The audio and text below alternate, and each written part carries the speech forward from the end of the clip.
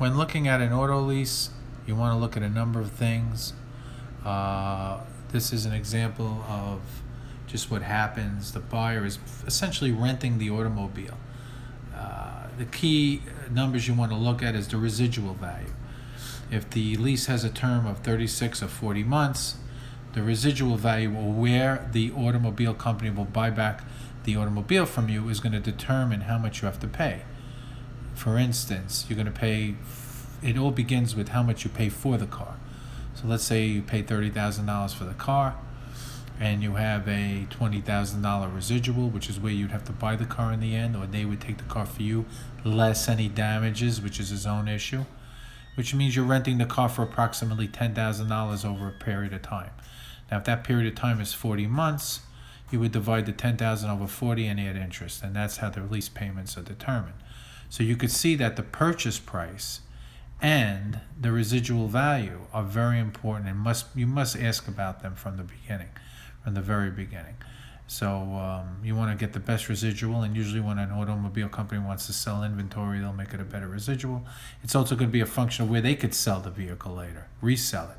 And that market has been soft because there's been so much lease activity as of late in order for these automobile companies to sell cars. So that's a big issue. The interest factor is going to be an issue. Obviously, higher the interest rate, the more your payments are going to be.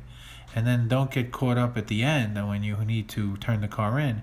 Any damages within a specific parameter are going to be charged to your account, and mileage. Now, generally speaking, if you go back and buy a similar car from the same company or the same producer, you might be able to get the mileage waived, but that's something you have to consider. You also have to consider that there's some sort of insurance that they'll sell you, so you get covered for some of the damage or just the wear and tear on the car. Other things that you want to factor in a lease is that you're going to probably have to carry a higher collision or a lower deductible, because they're going to demand that in terms of keeping the car protected. So essentially what you're doing is you're renting a vehicle, but the difference is there's an option to put the vehicle back to the company, and you don't normally get that when you buy a car. You have to hold that car forever or sell it to somebody. Here, the company is obligated to buy the car back from you, although you're paying for that up front. And if the better the deal that you can drive, then you'll get the option basically for free. So this is just a general idea, but in recapitulation, look at the residual, look at the interest rate factor, and most importantly, look at what you're paying for the car. Don't buy too much car.